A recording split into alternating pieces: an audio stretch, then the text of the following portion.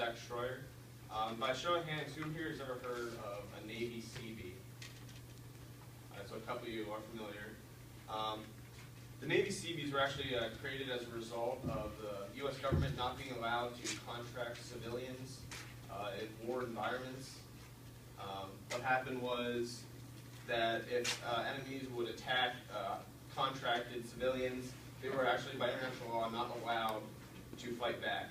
So as a result, the Navy took it upon themselves to create their own branch of fighting construction workers called the Navy Seabees.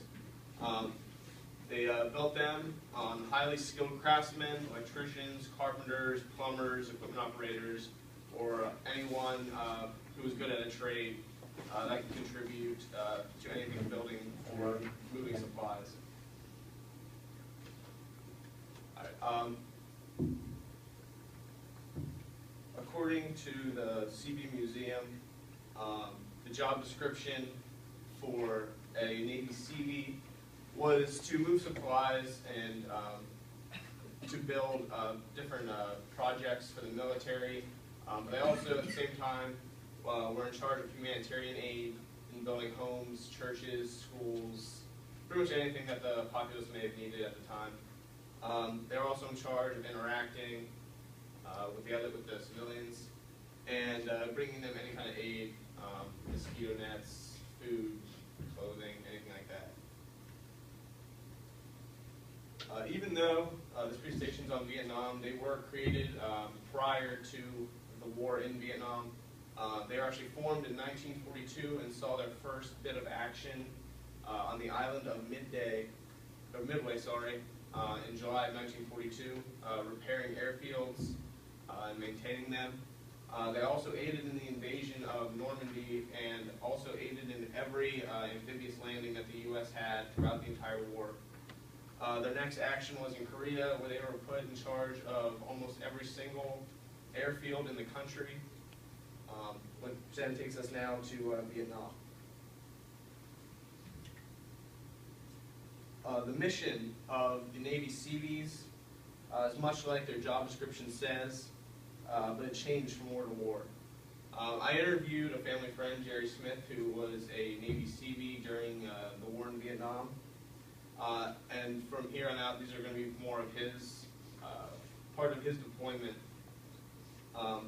The main thing that he said when they got deployed was working the hearts and minds of the civilians. He said that the populace had such a bad view of the Americans since we came in, blowing things up, shooting everyone up, that they had to show the good side that the U.S. had to offer.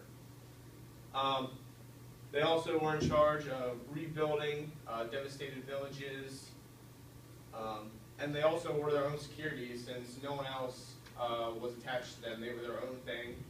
So as being your own unit, you're in charge of that. So you have to build and pull your own security at the same time. And with limited resources, it became hard at times. Jerry's team was actually only made up of 3 people. He had assistance from about 6 Army soldiers on very rare occasions. For the most part, he said on a normal day that they would only have about 2 of them going out on patrols.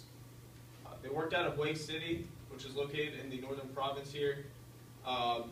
It's right in the middle of the country, so it was important ground for the U.S. as a whole, considering the North Vietnamese were trying to get down to Ho Chi Minh City, which was Saigon at the time. A typical day for a Seabee was waking up, eating breakfast, and then they would head out on a foot patrol to a village. Every day, the route would change into the village and out of the village, and they would also change the time that they would go in and go out. And this was obviously to avoid any sort of ambush that could be attacked, because when you start getting repetitive with routes and stuff, the enemy will pick that up and you'll be in big trouble. Once they got to the village, they would deliver supplies and any other aid that they had brought for the day. And then the rest of the day was spent just interacting with the villagers, talking to them. They would even spend nights in there, just showing that they do care about why they're there. He said Hue City was actually a very honest and trustworthy city. He said the one night that he actually left his camera sitting on a rock And if you did that anywhere else in the country at that time, that thing definitely would have been stolen. But since that village actually trusted him and his other comrades, when he came back the next day, it was still sitting in the same place where he had left it. Even though the overall war in Vietnam will be debated for the next couple decades, the success of the Seebees will not. The Seebees were able to establish strong connections with locals and provide much needed support to various operations throughout the war.